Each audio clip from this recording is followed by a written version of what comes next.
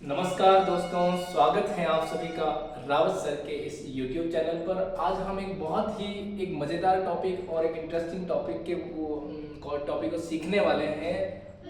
10वीं क्लास के जो बोर्ड क्लास के विद्यार्थी होते हैं उनके लिए सबसे इंटरेस्टिंग टॉपिक है ये और सबसे मज़ेदार टॉपिक है सीखने के लिए। फिजिक्स के जितने भी चैप्टर हैं हम एक सीरीज़ के साथ में इनको कंप्लीट करने वाले हैं।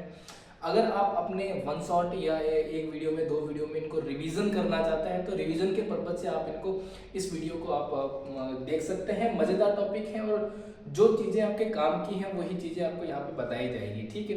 तो आप इन वीडियो को आप एक थोड़ा सा लंबा वीडियो हो सकता है, कोई दिक्कत नहीं है, लेकिन अगर आप इनको देखेंगे तो आपके जो कॉन्सेप्ट हैं वो लाइट से रिलेटेड सारे क्लियर हो जाएंगे।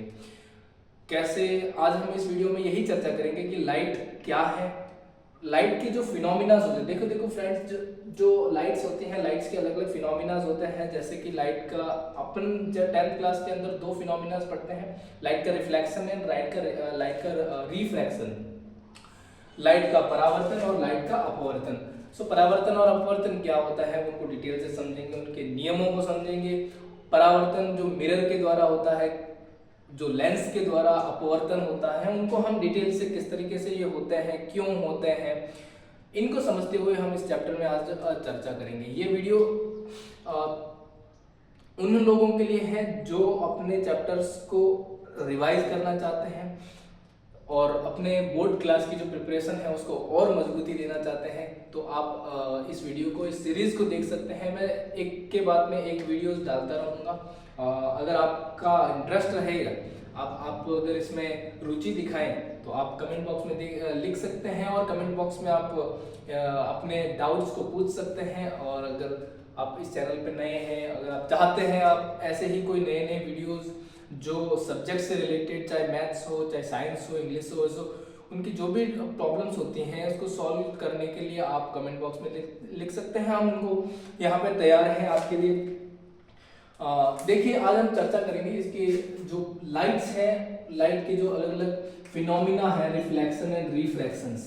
तो लाइट क्या है, मिरर क्या होते हैं, इनके द्वारा जो इमेज फॉर्मेशन होती है मिरर और लेंस के द्वारा वो कैसे बनती है, और जो मैग्निफिकेशन होता है, मैग्निफिकेशंस कैसे होता है और क्या होता है, लेंस के द्वारा मैग्निफिकेशंस कैसे होता है, मिरर के द्वारा मैग्निफिकेशंस कैसे होता है, इनको डिटेल से हम आज पढ़ने वाले हैं। तो जुड़े रहिएगा। लेंस लास्ट में हम पढ़ेंगे कि लेंस, पावर ऑफ लेंस की जो क्षमता होती है, लेंस की पावर होती है। मैंने दोनों मीडियम में मैंने इसलिए लिखा है, ऊपर इंग्लिश में और हिंदी में, क्योंकि जो भी विद्यार्थी देख रहे हैं वो चाहे हिंदी का हो चाहे इंग्लिश मीडियम का हो, दोनों ही चीजें उनको क्लियर हो जाए, ताकि कोई डाउट ना रहे कि हिंदी मीडियम या इंग्लिश मीडियम से। इसीलिए मैंने ये दोनों चीजें लिखी है। So friends, let's go. So friends, आप लोगों ने लाइट के बारे में सुना होगा, प्रकाश के बारे में सुना होगा कि प्रकाश क्या होता है। आपने पढ़ा भी होगा किताब के अंदर कि प्रकाश एक वो घटना होती है, या प्रकाश एक ऐसी वस्तु है, ऐसी चीज है जिसकी वजह से हम, हमारे लिए ये जो दुनिया है, ये कलरफुल वर्ल्ड है, जो अमेजिंग वर्ल्ड है, वो हमारे को देखने के लिए सुदृश्य होता है। यानी कि the world can visible due to a light. Light एक ऐसा फिनोमिना है जिसकी वजह से हमें ये प्रकाश जो है दिखता है। और किस तरीके से दिखता है ये हम नेक्स्ट आगे वाले चैप्टर में पढ़ेंगे कि मानव नेत्र के अंदर जो भी इमेज बनती है वो ड्यू टू लाइट बनती है। लाइट के ऊपर जो भी कोई भी प्रकाश आगे पड़ता है और प्रकाश का रिफ्लेक्शन अपने आईज में जाता है, और आईज में जाकर के जब रेटिना के ऊपर इमेज बनती है, उस इमेज को हमारा माइंड पढ़ता है और इस तरीके से हमारे सामने ये दुनिया जो है वो दिखती है। सो फ्रेंड्स, हम बहुत ही मजेदार तरीके से इसको पढ़ेंगे, लेकिन यहाँ पर हम लाइट्स के कुछ फिनोमिनाज होते हैं। देखो, लाइट्स के बहुत सारे अलग अलग फिनोमिनाज होते हैं, जैसे कि आपके सामने यहाँ पे दो फिनोमिनाज है, रिफ्लेक्शन एंड रिफ्रैक्शंस। बट अलग अलग क्लासेस में जब आप बड़ी क्लासों में जाओगे तो वहाँ पे पढ़ोगे कि जैसे लाइट्स के अलग अलग फिनोमिना और भी होते हैं, रिफ्लेक्शंस, और रिफ्लेक्शन के अलावा भी जैसे आप विवर्तन पढ़ते हैं, डिस्पर्सन जिससे होता है, रेनबोज बनता है, अलग अलग बहुत सारे फिनोमिनाज होते हैं। तो वो हम बड़ी क्लासों में पढ़ेंगे, लेकिन यहाँ पर हम पढ़ते हैं रिफ्लेक्शंस। रिफ्लेक्शन बेसिकली क्या होता है, जिसको अपन परावर्तन बोलते हैं। बेसिकली लाइट्स जो है जब भी किसी ऑब्जेक्ट के ऊपर पड़ती हैं तो वो वापस टकरा करके वापस उसी माध्यम में चली जाती हैं। जैसे कि आपके सामने लिखा है the bouncing back of rays from a polished और shiny surface is called reflection. Reflection का मतलब होता है जब भी कोई प्रकाश, देखो इंग्लिश में मैंने समझाया, लेकिन हिंदी मीडियम वालों को, सब लोगों को कोई प्रॉब्लम ना है उसके लिए भी मैं परिभाषा जो है वो बोल रहा हूँ, और हो सकता है आप लिख ले। इंग्लिश में मैं यहाँ लिखता हूँ, कुछ वर्ड्स ऐसे होते हैं जो कि समझाने लायक है, जैसे कि यहाँ पे लिखा हुआ है पॉलिश्ड सरफेस। सो गाइस यहाँ पर दे रखा है पॉलिश्ड सरफेस का मतलब होता है जहां पर भी आपको ऐसी पृष्ठ दिखती है या ऐसा पृष्ठ जो कि पॉलिश्ड हो। यहाँ पर पॉलिश्ड सरफेस को अपन मिरर मानते हैं। क्या मानते हैं? मिरर। तो मिरर का मतलब हर वो चीज मिरर होती है, हर वो चीज दर्पण होती है फिजिक्स के अंदर जो कि एक क्या हो, चमकीला पृष्ठ हो, चमकीला पृष्ठ या शाइनी और पॉलिश्ड सरफेस। जैसे कि ये बोर्ड आपके सामने क्या है, एक चमकीला पृष्ठ है। ये फोन आपके लिए, इस दुनिया में हर कोई चीज किसी न किसी तरीके से पॉलिश्ड है, चाहे वो कम पॉलिश्ड है चाहे वो ज्यादा पॉलिश्ड है, लेकिन कुछ ना कुछ पॉलिश्ड उसके अंदर होती है।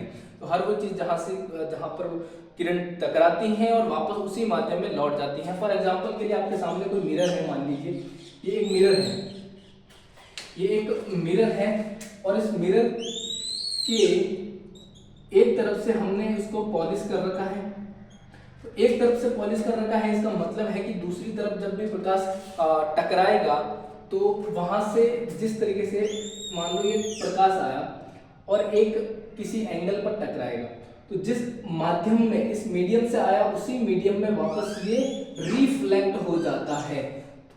जिस मीडियम से आता है फ्रेंड्स उसी मीडियम में रिफ्लेक्ट हो जाता है। तो इस जो रे को बोलते हैं, इसको बोलते हैं इंसिडेंट रे, इसको बोलते हैं इंसिडेंट रे और इसको बोलते हैं रिफ्लेक्टेड रे।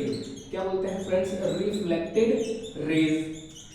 सो ये इंसिडेंट रे जब किसी मिरर से टकराती है या कोई पॉलिश्ड सरफेस है, मिरर जरूरी नहीं है, कुछ भी चीज हो सकती है जो एक तरफ से पूरी पॉलिश्ड है, उसको जब टकराएगी, जो मतलब कुल मिला के क्या नहीं होनी चाहिए, ट्रांसपेरेंट नहीं होनी चाहिए, एक तरफ से पॉलिश्ड होनी चाहिए। तो जब किसी पॉलिश्ड सरफेस से कोई प्रकाश की एक किरण टकराएगी तो वापस उसी मीडियम में लौट जाएगी। ये प्रकाश की जो घटना होती है उसको रिफ्लेक्शन बोलते हैं।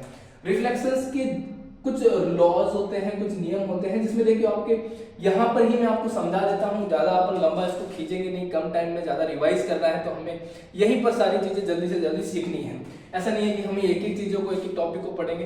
मैं आपको डिटेल से होलिस्टिक अप्रोच दे रहा हूँ कि किस तरीके से एक टॉपिक को जल्दी से जल्दी हम उसके कॉन्सेप्ट को समझे, क्योंकि हमें कॉन्सेप्ट समझना बहुत जरूरी है। हमारे लिए नोट्स बनाने कम इंपॉर्टेंट है, ज्यादा इंपॉर्टेंट है कि हम उस चीज के कॉन्सेप्ट्स को समझे, कॉन्सेप्ट्स को अपने अंदर उतारे। तो आपके सामने रिफ्लेक्शन का कॉन्सेप्ट बेसिकली इतना ही है कि एक कोई पॉलिश्ड सरफेस है जिसको अपने चमकीला पृष्ठ या एक मिरर नाम दे दिया। उस मिरर के ऊपर जब कोई प्रकाश की किरण आती है और जहां पर टकराती है उसको बोलते हैं पॉइंट ऑफ इंसिडेंट। क्या बोलते हैं? Point of incident. और जहां से पॉइंट ऑफ इंसिडेंट क्या बोलते हैं? Point of incidence. Point of incidence से एक अगर इमेजिनरी लाइन खींचे just perpendicular to the surface of mirror के सरफेस के जस्ट परपेंडिकुलर अगर अपन कोई भी लाइन खींच रहे हैं, जो कि एक इमेजिनरी लाइन है फ्रेंड्स, ये काल्पनिक रेखा होती है जिसको हम अभिलंब हिंदी में बोलते हैं, अभिलंब बोलते हैं, या फिर आप इसको इंग्लिश में नाम दे दो तो नॉर्मल बोल दीजिए, कोई दिक्कत वाली बात नहीं है। ये नॉर्मल, तो ये तीन चीजें होती हैं। इसको आप आपतित किरण बोलते हैं हिंदी में, और इसको आप परावर्तित किरण बोलते हैं। सो फ्रेंड्स, जब भी आपतित किरण सरफेस के या जो भी पॉलिश्ड मिरर है उस मिरर के ऊपर टकराती हैं पॉइंट ऑफ इंसिडेंस पर, आपतन बिंदु पर, तो यहाँ पर एक कोण बनाती हैं जिसको बोलते हैं आपतन कोण। फ्रेंड्स क्या बोलते हैं? आपतन कोण बोलते हैं। तो ये आपतन कोण हमेशा उस वापस जो किरण जाएगी वो अभिलंब के साथ बनाती है जिसको बोलते हैं परावर्तन कोण, इसके बराबर होता है। ये आपका रूल नंबर फर्स्ट बोलता है। परावर्तन का नियम जो है, परावर्तन के रिफ्लेक्शन के दो लॉज होते हैं, उस लॉ को पहला नियम है, जरूरी नहीं कि पहला दूसरा, लेकिन उनमें से एक नियम यह कहता है कि जब भी कोई इंसिडेंट रेज किसी मिरर के ऊपर टकराएगी तो वापस जब वो रिफ्लेक्ट होगी तो इंसिडेंट रेज का जो एंगल है, इंसिडेंस एंगल ऑफ इंसिडेंस बराबर होगा एंगल ऑफ रिफ्लेक्शंस। तो एंगल ऑफ इंसिडेंस बराबर होगा angle of reflection, angle of incidence बराबर होगा angle of reflections. This is the first law of reflections. ये पहला ही परावर्तन का पहला नियम होता है कि आने वाली जो आपतन कोण जो होता है वो परावर्तन कोण के बराबर होता है। ये आप चाहे भी कहीं भी एक्सपेरिमेंट करके भी देख सकते हैं, चाहे आपके सामने कोई प्लेन मिरर है और आप एक तरफ करके जो लेजर लाइट करके खड़े हैं, अब जैसे जैसे लेजर लाइट को आप किसी प्लेन मिरर के ऊपर डालेंगे तो आप देखोगे कि जिस एंगल से वो गई है उसी एंगल से वो वापस रिफ्लेक्ट होगी। आप कहीं भी किसी भी साइनी सरफेस के ऊपर ऐसा आप ये करके देख सकते हैं। सो फर्स्ट लॉ होता है angle of incidence is equal to angle of reflections. So next law क्या है फ्रेंड्स?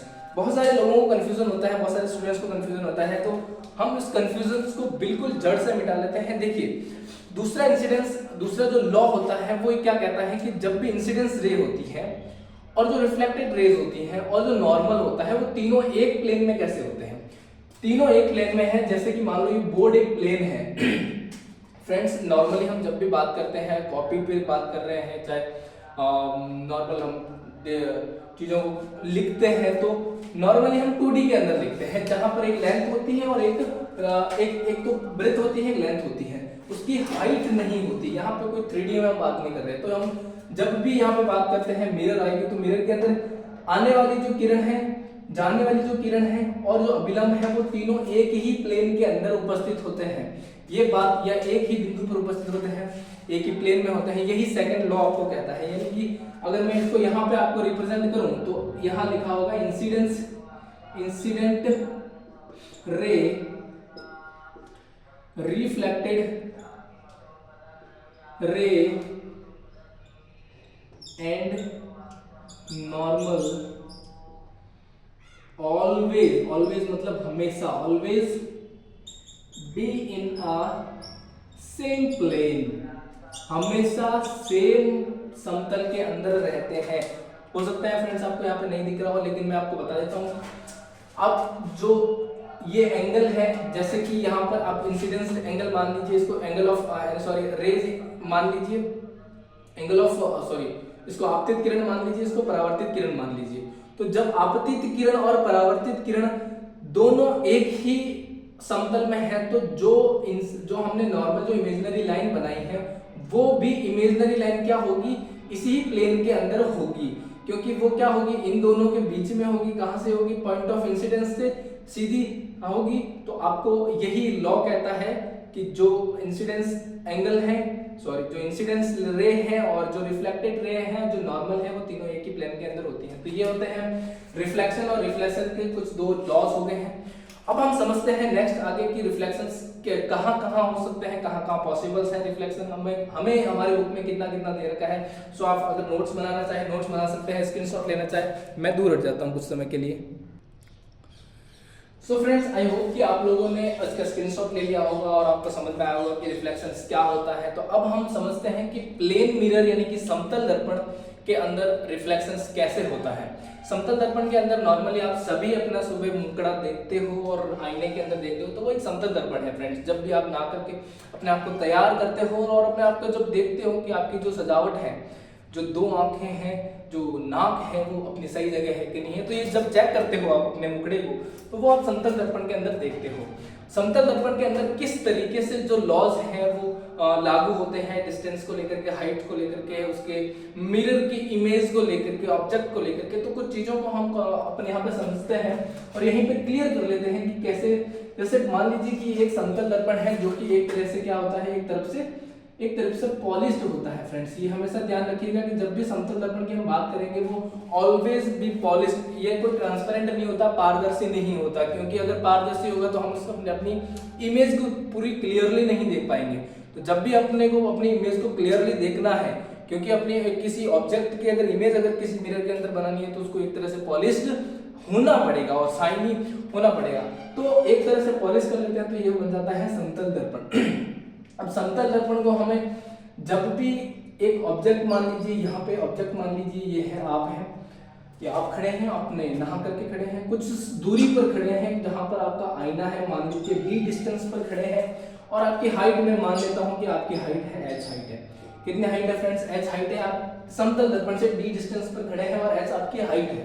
तो समतल दर्पण का नियम कुछ इस तरीके से होता है कि जितनी दूरी पर आप खड़े हैं उतनी ही दूरी पर आपकी जो है इमेज बनेगी। तो आप ऑब्जेक्ट, ये क्या है? आप है एज एन ऑब्जेक्ट है, एज एन वस्तु है, किसी कोई भी वस्तु हो सकती है। यहाँ पे आप खुद हैं तो आप एक ऑब्जेक्ट हैं। और जो आपकी इमेज बन रही है, इमेज जो होगी, इमेज कुछ इस तरीके से आपकी होगी, ठीक है? इमेज कुछ इस तरीके से आपकी होगी फ्रेंड्स। यहाँ आपकी हाइट भी उतनी ही होगी जितनी पहले थी। ये समतल दर्पण का नियम कहता है कि जो ऑब्जेक्ट जितनी डिस्टेंस पर खड़ा होता है उतनी ही डिस्टेंस पर इसकी क्या बनती है?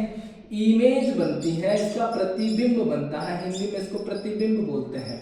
तो जितना बिंब दूर होगा उतना ही दूरी पर उसका प्रतिबिंब होगा, उतनी ही हाइट का प्रतिबिंब होगा।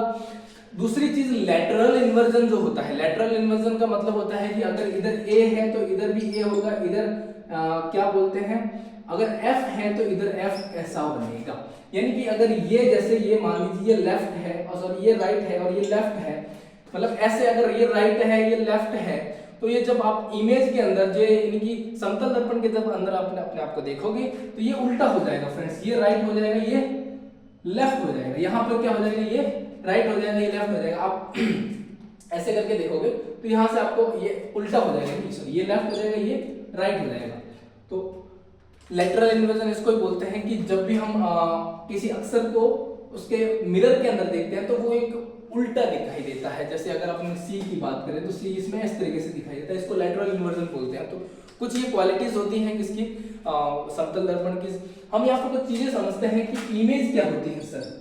इमेज हम यहाँ पे अलग अलग तरीके की इमेज पढ़ेंगे। यहाँ पे हम एक तरह से तो इरेक्ट इमेज होती है जिसको अपन सीधा बोलते हैं, इरेक्ट। दूसरी इमेज होती है इन्वर्ट को मतलब उल्टा। एक दूसरी प्रकार की और इमेज होती है जिसको अपन बोलते हैं रियल इमेज, रियल जिसको अपन वास्तविक बोलते हैं। दूसरी होती है वर्चुअल इमेज। वर्चुअल का मतलब क्या होता है? आभासी बोल तो आभासी होती है। और होती है छोटा और बड़ा, यानी कि ये कुछ इमेज होती हैं जिसको अपन डिमिनिश बोलते हैं, इसको आप बोलते हो मैग्नीफाई। तो ये कुछ प्रकार की अपन इमेजेस होती हैं जिसको अपन आगे जाकर के पढ़ेंगे। जब अपन मिरर के अंदर जब इमेज फॉर्मेशंस करेंगे तब हम इमेज के बारे में डिटेल से पढ़ेंगे। लेकिन ये कुछ इमेजेस होती हैं जहां पर आपको पढ़ना जरूरी है, क्योंकि आगे फिर इसको डिटेल से नहीं समझाएंगे अपन, डायरेक्टली हम ये सब चीजें समझेंगे कि किस तरीके से इमेज की फॉर्मेशंस होती हैं। सो फ्रेंड्स, आई होप कि आपको समझ में आया होगा कि कैसे एक प्लेन मिरर के अंदर किसी इमेज का फॉर्मेशन होता है और कितनी डिस्टेंस पर होता है, इसके अंदर क्या क्या लॉज लगते हैं। तो आप स्क्रीनशॉट ले सकते हैं या फिर आप नोट डाउन कर सकते हैं। फ्रेंड्स, आई होप कि आपने समतल दर्पण के कॉन्सेप्ट को बहुत अच्छी तरीके से समझ लिया होगा। अब हम समझते हैं कि गोलीय दर्पण क्या होता है। सर, आपने गोलीय दर्पण के बारे में अभी तक तो बताया नहीं है, लेकिन बताइएगा कि क्या होता है गोलीय दर्पण। हमने अब तक पढ़ा है, अभी तक समझ में नहीं आया कि उत्तल क्या होता है, अवतल क्या होता है। सर, कॉन्वेक्स कॉनकेव होता क्या है? ये कॉन्सेप्ट बहुत ज्यादा लोगों को कंफ्यूज करता ही है। सर, मैं जब अपने समय में पढ़ रहा था तो मुझे बहुत ज्यादा कंफ्यूज करता था। सर, कॉन्वेक्स और कॉनकेव होता क्या है, कैसे बनता है, इनमें कंफ्यूजन होता ही होता है। डिटेल से समझेंगे, आपके उस डाउट को बिल्कुल जड़ से मिटा लेंगे। देखो, गोलीय दर्पण यानी कि स्फेरिकल मिरर। स्फेरिकल मिरर आपके सामने एक बना हुआ है गोला। इसको सर्कल मत मानिएगा, ये सर्कल नहीं है, ये एक तरीके से गोला है। इसको आप गोला मानिए, मतलब इस तरीके से गोला है, इस तरीके से एक गोला बना है, एक ट्रांसपेरेंट गोला बना हुआ है। उस ट्रांसपेरेंट गोले को आपके सामने उठा के रखा है मैंने। तो इस ट्रांसपेरेंट गोले को जब हम क्या करते हैं, काटते हैं, हम क्या करते हैं, इसको काटते हैं, हम इसको ब्रेक करते हैं। तो इस तरीके से, कुछ इस तरीके से काटते हैं, इस तरीके से हम इसको काट लेते हैं। देखिए दोस्तों, मिरर, स्फेरिकल मिरर, बेसिकली दो प्रकार के मिरर होते हैं। कितने प्रकार के? दो प्रकार के स्फेरिकल मिरर होते हैं। दो प्रकार के स्फेरिकल मिरर को हम किस प्रकार से उसको अलग अलग बांटते हैं? पॉलिश के आधार पर, सरफेस की पॉलिश के आधार पर हम उनको अलग अलग तरीके से बांटते हैं।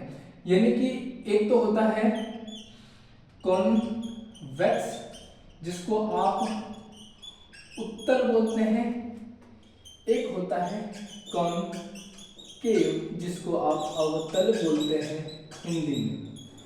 सो फ्रेंड्स, कौन कौन से किसको हम उत्तल बोलेंगे, किसको अवतल बोलेंगे? तो देखिए, जब भी ये सरफेस यानी कि यहां से लेकर के यहां तक हमने इस गोलीय दर्पण को काट दिया, यहां से लेकर के इस गोलीय दर्पण को हमने ब्रेक कर दिया, तो ब्रेक करने के बाद में जब हम इसको पॉलिश करते हैं अंदर से, जब किससे अंदर से पॉलिश कर लेते हैं, तो उभरा हुआ जो भाग है जहां पर आकर के किरण टकराएगी, जहां पर आकर के लाइट की रेज टकराएगी, तो ये जो सरफेस हो गया, ये सरफेस कॉन्वेक्स मिरर बन गया। ये सॉरी हाँ क्या बन गया? कॉन्वेक्स मिरर बन गया। लेकिन अगर हम इसको क्या करते हैं, बाहर से पॉलिश कर लेते हैं, अगर ये जो इस तरीके से हम लाइन दर्शाते हैं, इसको बोलते हैं पॉलिश करना, या उसको जब भी मिरर को हम एक तरीके से लेप लगा लेते हैं, पॉलिश कर लेते हैं, तो इसको इस तरीके से रखते हैं, तो सरफेसिंग जो जहां पर आकर के किरण टकराएगी वहां पर ये अंदर की ओर होगा। तो यहाँ पर आपने देखा ये गोला बना हुआ है, तो इसका एक क्या होगा, वक्रता केंद्र होगा, एक कोई ना कोई केंद्र होगा, सेंटर ऑफ कर्वेचर होगा। इस सेंटर ऑफ कर्वेचर पर हम क्या करते हैं, एक इमेज बनाते, सॉरी एक लाइन खींचते हैं, एक इमेजिनरी लाइन हम यहां से खींचेंगे, एक इमेजिनरी लाइन हम यहां से खींचेंगे जो कि कहलाएगी इन दर्पण की मुख्य अक्ष, मेन एक्सिस, इस दर्पण की मेन एक्सिस कहलाती है। 1 सेकंड फ्रेंड्स।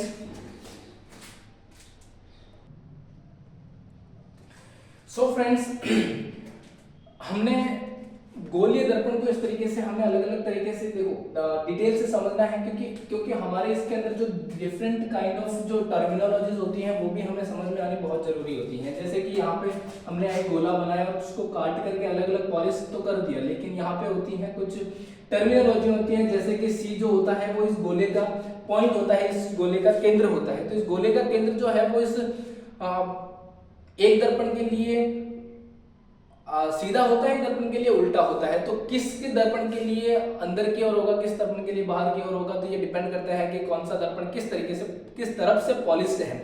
तो हमने कहा कि पॉलिश जो कॉन्वेक्स दर्पण है वो अंदर से जब पॉलिश होता है, तो हमेशा ये ध्यान रखना कि कॉन्वेक्स मिरर के लिए उसका सेंटर ऑफ कर्वेचर हमेशा उसके बिहाइंड होता है, उसके पीछे की ओर होता है। तो हम आगे पढ़ेंगे भी उनके इमेज को, जब पढ़ेंगे इमेज बनाएंगे तब हम पढ़ेंगे कि इसके जो रेडियस होगी, इसके जो सेंटर ऑफ कर्वेचर होगा वो उसके पॉलिश्ड सरफेस के पीछे की ओर, मतलब जो उसके जो जिस तरफ से आकर के किरण टकराएगी उसके ऑपोजिट डायरेक्शन के अंदर होता है सेंटर ऑफ कर्वेचर। यानी कि अगर कोई भी इमेज यहाँ पर आके टकराएगी तो यहाँ पर आकर के इस तरीके से गुजर जाएगी, लेकिन इसका जो यहाँ पर ये इमेज बनेगी वो एक आभासीय होगी, या इस तरीके से है कि जो वर्चुअल इमेज इसमें ज्यादातर बनती है। लेकिन हम जब कॉन्केव की बात करते हैं तो कॉन्केव जो है कोई भी, क्योंकि हम इसको यहाँ से काट लेंगे तो ये एक अलग पार्ट बन जाएगा, और अलग पार्ट बन जाने की वजह से ये जो पार्ट होगा, ये जो इधर वाला भाग होगा वो होगा एक सरफेस जहां पर आकर के किरण टकराएगी, और टकराने के बाद में जो है वो इस बिंदुओं से होकर के गुजरती है। तो कौन सा सेंटर ऑफ कर्वेचर होगा, सेंटर ऑफ फोकल पॉइंट क्या होता है, जो रेडियस ऑफ कर्वेचर क्या होती है, वक्रता त्रिज्या, वक्रता केंद्र, फोकल बिंदु, फोकस पॉइंट से ध्रुव तक की दूरी, ध्रुव क्या होता है, जब भी हम इसको काटते हैं तो जो मुख्य अक्ष जो इमेजिनरी हम लाइन एक बनाते हैं, उस इमेजिनरी लाइन जहां पर उस दर्पण को काट रही है वो जो बिंदु होता है उस पॉइंट को हम क्या बोलते हैं, ध्रुव बोलते हैं, पी बोलते हैं, पोल। और जो केंद्र उस पूरे गोले का केंद्र होता है उसको बोलते हैं सेंटर ऑफ कर्वेचर। और जो डिस्टेंस सेंटर ऑफ कर्वेचर से पोल के बीच की होती है, यानी कि पोल से लेकर के जहां पर मेन एक्सिस जो है उस मिरर को काटती है, और जो मेन गोले का जो सेंटर ऑफ कर्वेचर है उनके बीच की डिस्टेंस जो होती है वो क्या कहलाती है, आर, यानी कि centre of radius of curvature. अब जब यहाँ पर हम रेडियस ऑफ कर्वेचर और फोकल पॉइंट को पढ़ते हैं, फोकल पॉइंट बेसिकली इन दोनों के सेंटर ऑफ कर्वेचर और फोकल पॉइंट का मिडेस्ट पॉइंट होता है, यानी कि सबसे मध्यस्थ बिंदु होता है। तो यहाँ पे इक्वेशन पे आपको पढ़ने को मिलता है r बराबर 2f होता है। 2f का मतलब जो होता है, ये जो डिस्टेंस होती है वो डिस्टेंस जो होगी वो r की 2 गुनी होगी, यानी कि या तो आप इसको इस तरीके से लिख सकते हैं या तो आप इस तरीके से भी लिख सकते हैं कि f जो होता है वो r/2 होता है, यानी कि जो वक्रता त्रिज्या होती है, वक्रता त्रिज्या का आधा होता है r। आई होप कि आपको समझ में आ रहा होगा कि किस तरीके से r को हम रिप्रेजेंट करते हैं, कैसे r को निकाल सकते हैं। इसके ऊपर कुछ फॉर्मूलेज बनते हैं, एग्जाम के अंदर आपके अंदर पूछे जा सकते हैं, 1 नंबर के 2 नंबर के, अलग अलग डेरिवेशन न्यूमेरिकल्स आ सकते हैं। डेरिवेशंस तो यहाँ पे नहीं आते हैं, डेरिवेशन आप जब हाई क्लासेस पढ़ते हैं तब आपको डेरिवेशंस पढ़ने की जरूरत पड़ती है, यहाँ पे आपको डेरिवेशंस की जरूरत नहीं पड़ती है।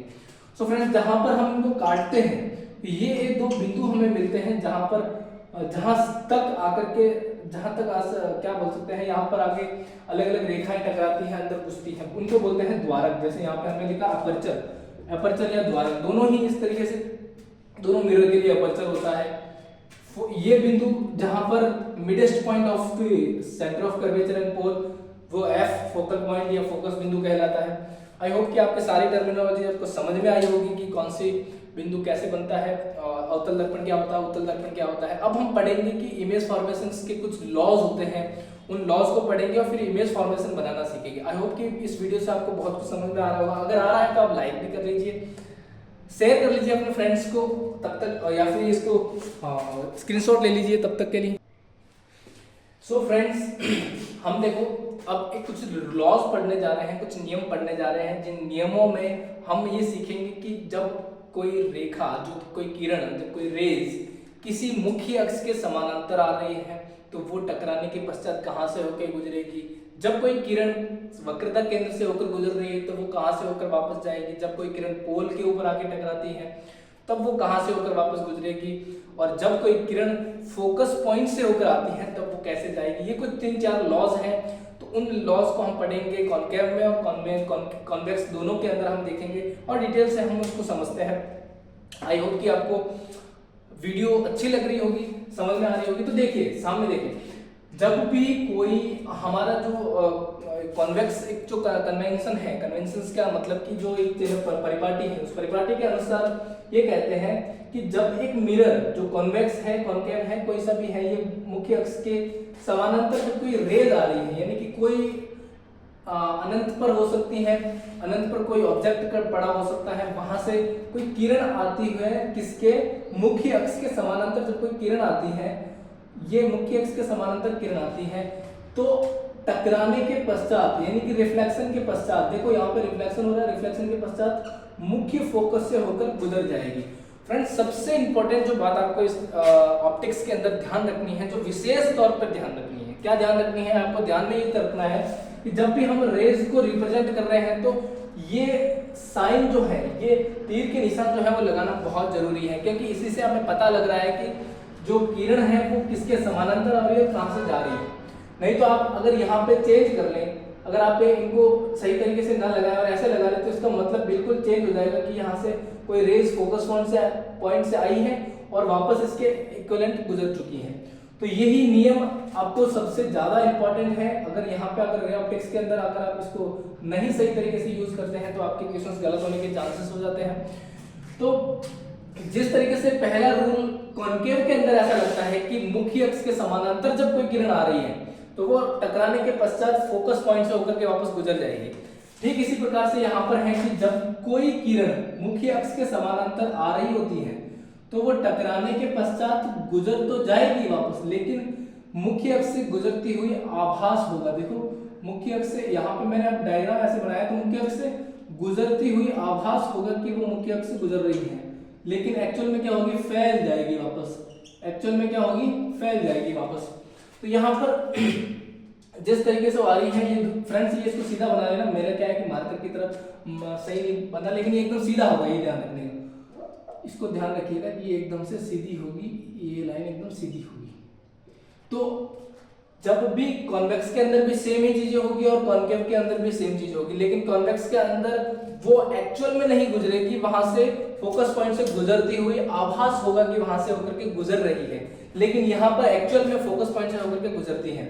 ठीक इसी प्रकार से इसी रूल का उल्टा रूल होता है कि जब कोई पॉइंट या जब कोई रेखा किसी फोकस पॉइंट से आती है, यानी कि फोकस पॉइंट से होती हुई आती है, जब मैंने बताया कि फोकस पॉइंट से कोई रेखा आ रही है तो टकराने के पश्चात टकराने के पश्चात वो उस मुख्य अक्ष के समानांतर हो जाती है, मुख्य अक्ष के समानांतर हो जाती है, parallel to the main axis when rays comes to the main focus या फोकस पॉइंट। सेम इसी तरीके से यहाँ पे भी हो जाएगा कि फोकस बिंदु से आ रही है, अगर ऐसे आ रही है, अगर ऐसी आ रही है, कोई रेखा ऐसी इस तरीके से आ रही है, तो वो टकराने के पश्चात इस मेन एक्सिस के पैरेलल हो जाएगा। तो ये रूल्स होते हैं, ये मेनली 2 रूल्स हो गए। नेक्स्ट अपन आगे और पढ़ते हैं, तब तक आप इनके स्क्रीनशॉट ले लीजिए।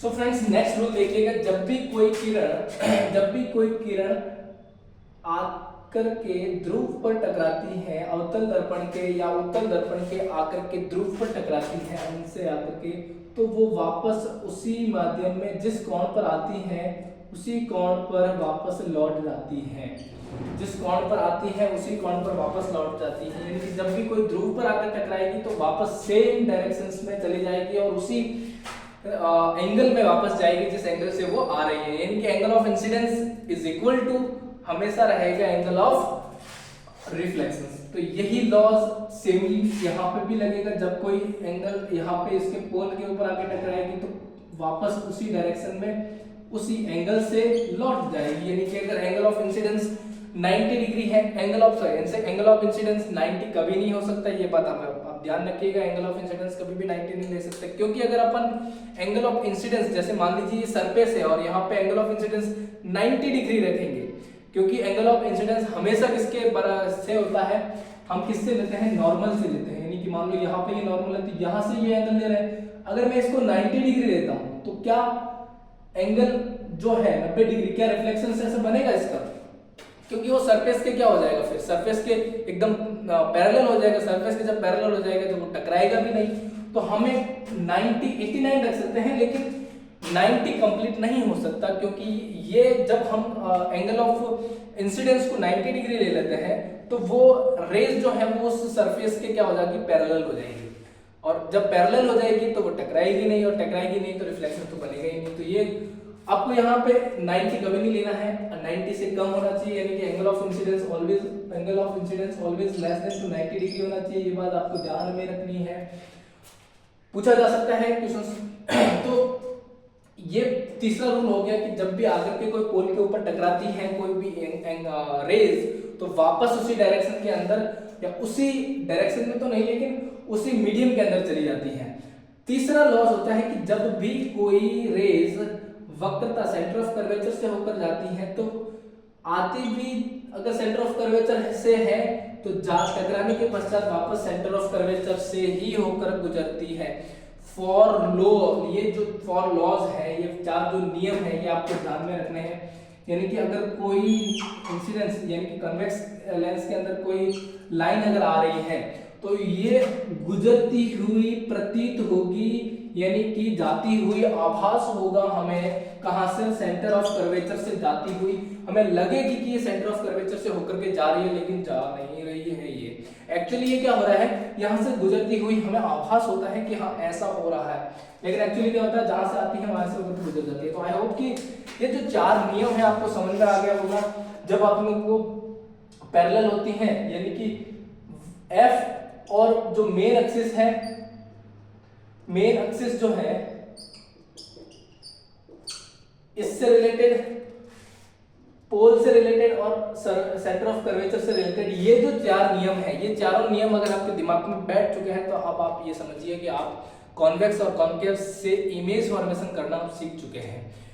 सर कहाँ सीख चुके हैं, अभी तक तो आपने बताया तक नहीं, लेकिन अगर आप सीख चुके हैं कि किस तरीके से रेज आती हैं, किस तरीके से अपन ने रेज का यूज किया है, किसको अपन ने पोल पे डाला, अगर पोल पे आगे गिर रही है कोई रेज तो कहां से होकर के जा रही है, अगर कोई रेज सेंटर ऑफ कर्वेचर से होकर गुजर रही है तो कहां से होकर वापस जा रही है टकराने के पश्चात, अगर कोई रेज मेन एक्सिस के पैरेलल है तो वो वापस कहां से होकर के जा रही है, अगर मेन एक्सिस से, अगर फोकस पॉइंट से होकर के वो रेज आ रही है तो वापस कहां से होकर के जा रही है। अगर ये 3-4 लॉज अपने दिमाग में बिठा लिए आप लोगों ने, इस चीज को, इस कॉन्सेप्ट को समझ लिया आप लोगों ने, तो आपने 90% काम आपका कंप्लीट हो चुका है। अब कुछ चीजें जो है वो समझनी है कि जब हम ऑब्जेक्ट को डिफरेंट जगह रखते हैं तो कैसे उसका इमेज डिफरेंट डिफरेंट जगह बनती हैं, ये अपन अभी नेक्स्ट में समझते हैं। तब तक आप इसको नोट डाउन कर ले या फिर स्क्रीनशॉट ले लीजिए। सो फ्रेंड्स, अब हम समझते हैं कि इमेज को फॉर्मेशन कैसे करना है, इमेज का निर्माण कैसे करना है। हमने अब तक ये सीख लिया है कि इनके रूल क्या क्या होते हैं, किस तरीके से जो लाइन आकर के या रेज आकर के टकराती हैं किसी समतल दर्पण के ऊपर, तो वो टकराने के पश्चात कहाँ से होकर के वापस गुजरेगी, और ये 3-4 लॉज जो है, रूल्स जो है, कन्वेंशंस के तौर पर हम कन्वेंशंस जो हमने सीख लिए हैं। अब हम सीखेंगे कि कॉन्केव मिरर के अंदर, अवतल दर्पण के अंदर जब भी अनंत के ऊपर यानी कि इन्फिनेटिव के ऊपर, या अनंत का मतलब ये नहीं है कि कहीं बहुत दूर, अनंत का मतलब ये है कि जब कोई मिरर है, हमारे मिरर के जो सेंटर ऑफ कर्वेचर है और सेंटर ऑफ कर्वेचर से कुछ दूर नहीं, थोड़ा सा ज़्यादा दूर, मतलब सेंटर ऑफ कर्वेचर से थोड़ा सा ज़्यादा दूर है, बहुत दूरी पर खड़ा है कोई ऑब्जेक्ट है, तो वो अपना जो इमेज है वो कहाँ बनाएगा, उसका नेचर क्या होगा, इसका साइज कितना बड़ा होगा, उसका जो पोजीशन है वो कहाँ पर बनना है,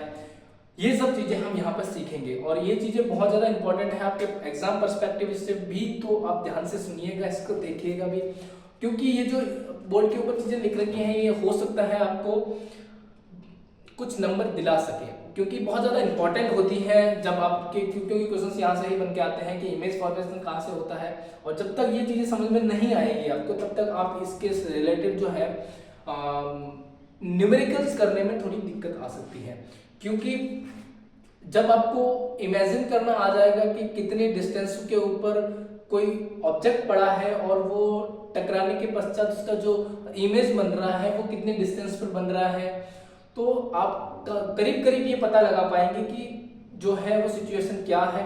तो देखिए, फर्स्ट सिचुएशन है जिसके अंदर आपके सामने एक कॉन्केव मिरर बना हुआ है। कॉन्केव मिरर के अंदर इन्फिनेटिव के ऊपर, मैन ऑब्जेक्ट कहाँ पर है, इन्फिनेटिव के ऊपर पड़ा है, तो उसका जो है, हम जब भी मिरर फॉर्मेशन करते हैं तो हम 2 रेज लेते हैं। कितने रेज लेते हैं? 2 रेज लेते हैं, 2 किरणें लेते हैं। 2 किरणें जब आपस में जहां टकराएगी, जहां मिलेगी, जहां काटेगी, वहीं पर टकराने के पश्चात जहां आपस में मिलेगी, वहीं पर उस ऑब्जेक्ट का इमेज बनता है। ये बात आपको ख्याल में रखनी है, ध्यान में रखनी है कि इमेज सर कहाँ पे बनेगा, तो हमें तो पता ही नहीं इमेज कहाँ पे बनेगा। मैंने आपको ये भी बताया कि इमेज 4-5 प्रकार की अलग अलग होती हैं। डिमिनिश अलग, जैसे डिमिनिश होती है, मैग्नीफाइड होती है। मैग्नीफाइड, डिमिनिश का मतलब बहुत छोटी सी, यानी कि इतना बड़ा ऑब्जेक्ट है इसकी इतनी सी इमेज बन रही है, वो क्या होगी? Diminish image. और मैग्नीफाई का मतलब जो, जैसे कि ये है ऑब्जेक्ट इतना सा और इसका बड़ा सा रूप दिख रहा है कि इतना बड़ा ऑब्जेक्ट दिख रहा है, तो मैग्नीफाई मतलब बड़ा करके उसको दिखा रही है, तो वो है मैग्निफिकेशन। दूसरी चीज है, जैसे कि आपको रियल और वर्चुअल की बातें हैं, तो जो चीज आपको वर्चुअल दिखती है, जैसे कि आप वहां हो नहीं लेकिन वो चीज वर्चुअली दिख रही है, वैसी चीजें, तो वो चीज वर्चुअल होती है। जैसे कि आपने इमेज के अंदर देखा होता है कि वास्तव में जितनी बड़ी नहीं होती है उतनी बड़ी वो दिख जाती है, तो वो इमेज रियल और वर्चुअल होती है। जैसे आप हमेशा मिरर के अंदर देखते हैं, तो वो मिरर के अंदर जो आपकी इमेज दिखती है प्लेन मिरर के अंदर, वो भी एक तरह से वर्चुअल ही होती है, क्योंकि ज्यादातर जो सीधी यानी कि जो इरेक्ट होती है वो मोस्टली क्या होती है? वर्चुअल होती है। और जो ज्यादातर वर्चुअल इन्वर्ट होती है, यानी कि उल्टी होती है। इन्वर्ट का मतलब जैसे उल्टी इमेज जहां बनती है वो ज्यादातर रियल इमेज बनती है।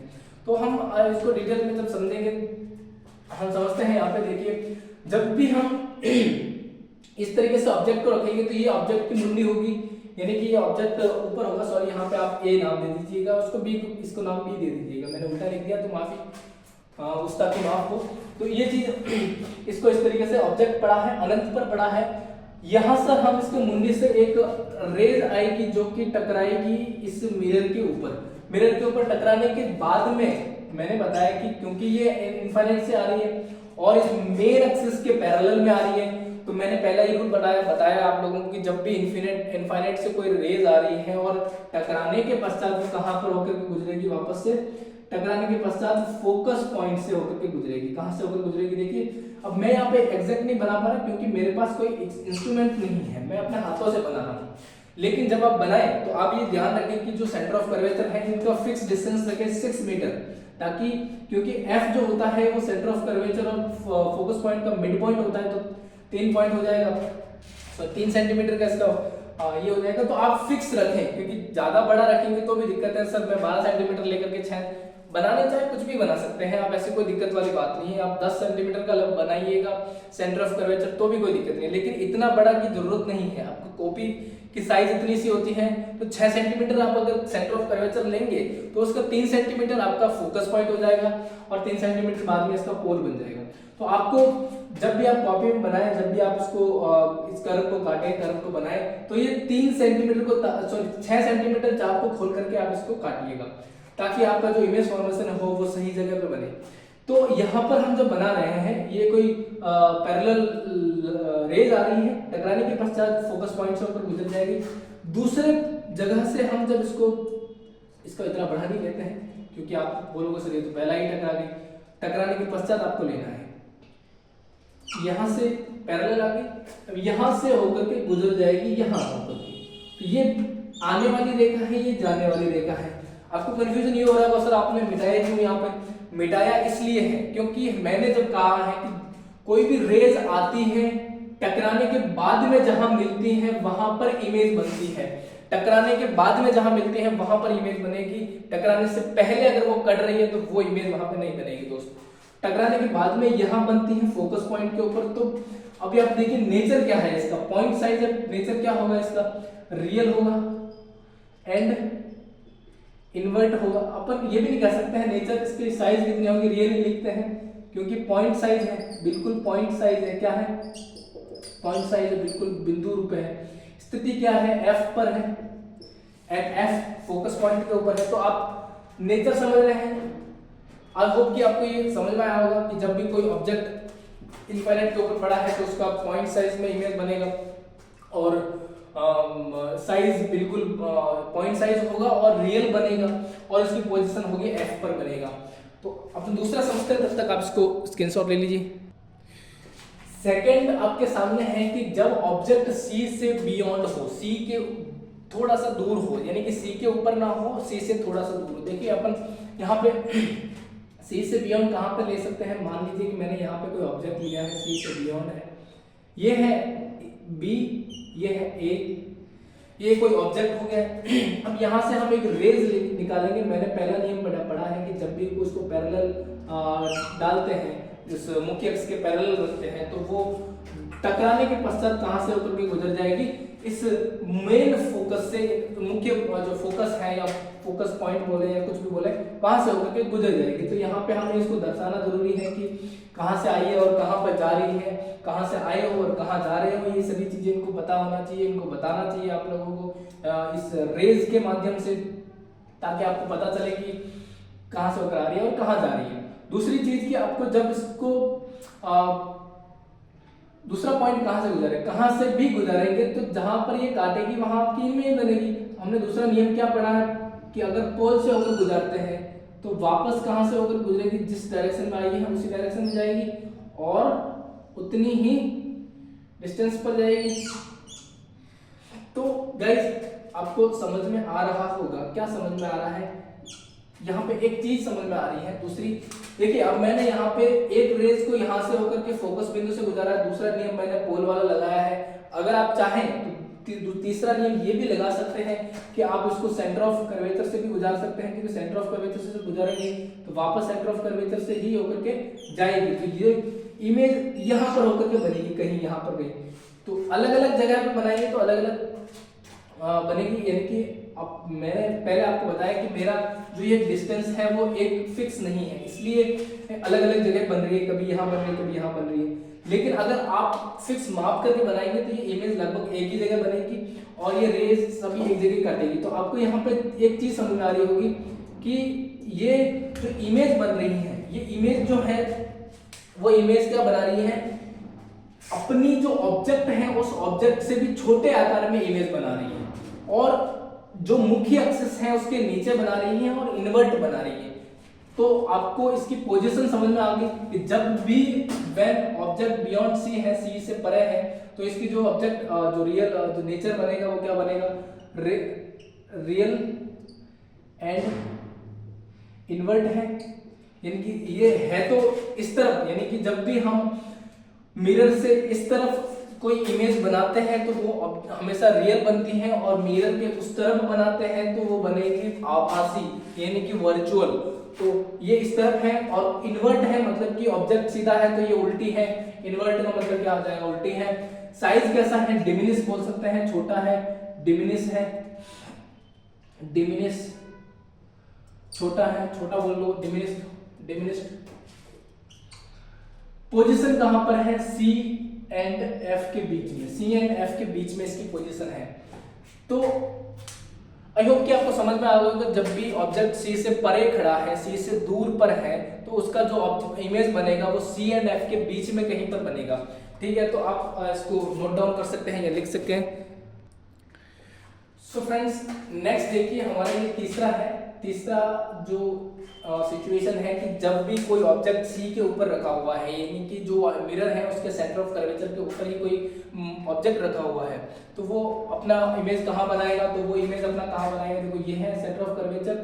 सेंटर ऑफ कर्वेचर के ऊपर जब कोई ऑब्जेक्ट पड़ा है, तो मैंने आपको बताया कि जब भी कोई रेज आएगी और टकराने के पश्चात फोकस पॉइंट से गुजर रही है, तो वो जो पैरेलल होगी तो टकराने के पश्चात कहां से होकर के गुजरेगी, फोकस पॉइंट से ही गुजरेगी, क्योंकि ये नियम हमने पढ़ा है। तो पहला नियम मैंने ही लगा दिया कि जो पैरेलल है तो टकराने के पश्चात एफ से गुजर रही है। दूसरी जो इसका ऑपोजिट रूल था मैंने वो लगा दिया कि जब भी वो फोकस पॉइंट से होकर गुजरेगी तो इसका ऑपोजिट कहां से और क्या हो जाएगा, वो उसके पैरेलल हो जाएगी। तो ये चीज हमने यहाँ पे देखा कि ये दोनों आपस में कहाँ काट रही है, ठीक ठीक सी के ऊपर ही काट रही है। तो ये तो इसकी ऑब्जेक्ट हो गया, ये इसका उल्टा जो हो गया इमेज हो गया। यहाँ पे इसका नेचर क्या है, रियल है, इन्वर्ट है, क्योंकि मिरर के इस साइड में है, लेफ्ट साइड में हमेशा क्या होता है, मिरर रियल होता है। साइज कितनी हो जाएगी, लगभग सेम साइज है। पोजीशन वापस सी के ऊपर ही बन रही है। आई होप कि आपको ये भी समझ में आया होगा। नेक्स्ट सिचुएशन हम पढ़ते हैं। सो फ्रेंड्स, नेक्स्ट हमारे पास कंडीशन है, फोर्थ कंडीशन क्या है, जब ऑब्जेक्ट कहां पर रखा हुआ हो, सी एंड एफ के बीच में हो। सी एंड एफ के जब बीच में होगा तो इसकी इमेज और नेचर क्या होगा, इसका इमेज क्या बनेगी, साइज क्या होगा, पोजीशन क्या होगी, इमेज कहां पर बनेगा। तो वही रूल जैसे हमने इतने देर से लगा रहे हैं कि वही सी और एफ के बीच में अगर किसी ऑब्जेक्ट को रखते हैं और सी और वही रूल लगाते हैं जो हमने अभी पढ़े हैं कि एफ से होकर के कोई अगर पैरेलल लाइन आ रही है तो वो वापस एफ से होकर के गुजरेगी, और पी से जा रही है तो वापस कहां से होकर के गुजर जाएगी, जिस डायरेक्शन से आ रही है उसी डायरेक्शन से वापस लौट जाएगी। तो जिस एंगल से आ रही है उसी एंगल से वापस लौट जाएगी। तो वापस ये जो इमेज बनाएगी वो सी के बियॉन्ड बनाएगी। सी के बियॉन्ड पोजीशन क्या होगी, सी के यानी बियॉन्ड सी लिख दो यहाँ पे, बियॉन्ड सी, सी से परे अपन इसकी इमेज को देख रहे हैं, और इमेज देख रहे हैं थोड़ी सी साइज में क्या है, मैग्नीफाई है, थोड़ी सी बड़ी है। साइज में क्या है, मैग्नीफाई है, साइज में बड़ी है दोस्त, जो है उससे भी बड़ी है। आपको दिख नहीं रहा होगा लेकिन ये साइज में बड़ी बनेगी, क्योंकि यहाँ पे हमने इमेज को इतना बड़ा बनाया नहीं है, ये लग नहीं रही है। मैंने आपको पहले से बताया कि मैं मार्कर से बना रहा हूँ, इसकी जो है सिचुएशंस जो है वो एकदम से क्लियर नहीं नजर आ रही है, लेकिन अगर आप पर माप करके पेंसिल से बनाएंगे तो आपको एग्जैक्ट ये बड़ी ही बन के दिखेगी। नेचर क्या है इसका, नेचर हो जाएगा रियल और इन्वर्ट, रियल एंड इन्वर्ट हो जाएगा।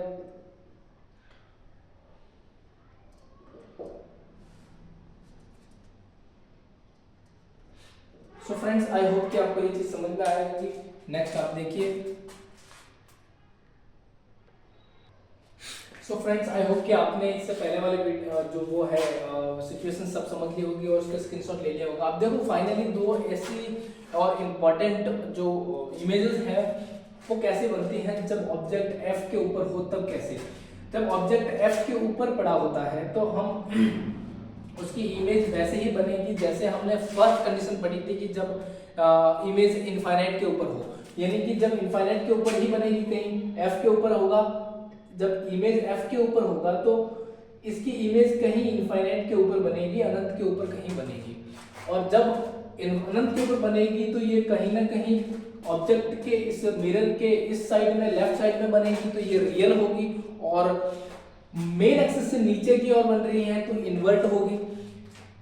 साइज मैग्नीफाई होगी क्योंकि इसकी ऑब्जेक्ट की साइज बहुत छोटी है, लेकिन जब कहीं काटेगी तो नहीं अक्सर, लेकिन जब काटेगी तो बहुत ही ज्यादा बड़ी मात्रा में बड़ी काटेगी, जहां भी काटेगी तो मैग्नीफाई होकर के काटेगी और इनफाइनाइट पर काटेगी।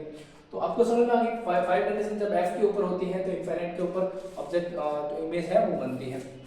लेकिन third and most important condition है ये आपको एग्जाम के पर्सपेक्टिव से बहुत ज्यादा, क्योंकि ये बाकी सारे जितने भी सिचुएशंस होती हैं उन सभी से थोड़ी सी हटकर है, और जो चीजें हटकर होती हैं वो बहुत ज्यादा इंपॉर्टेंट होती हैं। आप भी समझते हैं कि जब कोई चीज हटकर होती है तो वो थोड़ी अलग से दिखती है, तो वो एग्जाम पर्सपेक्टिव से भी थोड़ा ज्यादा इंपॉर्टेंट है ये, क्योंकि जब और कौन सी कंडीशन है ये, जब f और p के बीच में हो, जब कोई ऑब्जेक्ट f यानी कि फोकस पॉइंट और ध्रुव के बीच में हो, पोल के बीच में हो, तब इमेज जो बनेगी, तब इमेज कहाँ बनती है, तब इमेज इस मिरर के बियॉन्ड बनती है, मिरर के पीछे की साइड में बनती हुई दिखाई पड़ती है, एक्चुअल में बनती नहीं है, क्योंकि ये इमेज क्या होती है, वर्चुअल होती है और इरेक्ट बनती है। वर्चुअल यानी कि आभासी होती है और सीधी होती है। ये ओनली कंडीशन है जहां पर वर्चुअल और आभासी कंडीशन बनती है, इसलिए इंपॉर्टेंट भी है। मैग्नीफाइड बनेगी क्योंकि इमेज इतनी सी है और इतनी बड़ी होकर के बन रही है, तो मैग्नीफाइड है। पोजीशन बियॉन्ड मिरर है, मिरर के पीछे की साइड में बनेगी, क्योंकि इस तरफ तो ये कहीं काटेगी नहीं, ये क्या हो जाएगी, दूर दूर हो जाएगी, लेकिन पीछे की साइड में कहीं बनती हुई दिखाई देगी। सो आई होप कि फ्रेंड्स आपको आज जो है हमारा जो मिरर है, मिरर के बारे में समझ में आया होगा। लाइट्स के जो रिफ्लेक्शंस है, रिफ्लेक्शंस के जो भी फिनोमिनाज है, बेसिकली हमने रिफ्लेक्शंस पढ़ा रहे हैं, रिफ्लेक्शंस के हमें क्या होता है, रिफ्लेक्शंस के लॉज क्या होते हैं, हमने ये पढ़ा। फिर उसके बाद में हम आगे जाकर के प्लेन मिरर के बारे में डिस्कस किया, हमने स्फेरिकल मिरर्स को समझा, हमने स्फेरिकल मिरर के जो दो पार्ट होते हैं, कॉनकेव कॉन्वेक्स कैसे बनते हैं, उनके डिफरेंट टर्मिनोलॉजीज के बारे में जाना। डिटेल से तो हमने इसकी डेफिनेशंस को नहीं लिखा है, इस बात को हम समझते हैं क्योंकि टाइम की इतने पास हमारे पास समय नहीं है कि हम एक एक चीज को लिखें और उसको फिर पढ़ें रटें, रखना नहीं है दोस्त। फ्रेंड हमारा जो पर्पज है, वो पर्पज इतना है कि जो भी टर्मिनोलॉजी है वो टर्मिनोलॉजी हमें समझ में आए, कि सेंटर ऑफ कर्वेचर, रेडियस, पोल, ये जो एपर्चर है, ये होते क्या है, इनको अवगत, क्योंकि डेफिनेशंस के तौर पर आपको बहुत कम लोग ऐसे, बहुत कम ही एग्जाम्स के अंदर आएंगे कि आपको इनका डेफिनेशन पूछा जाएगा। लेकिन आपको अगर समझ में आ गया कि अपर्चर क्या होता है, आपको ये सब चीजें समझ में आ गई, तो आप उनके डेफिनेशन बना सकते हैं।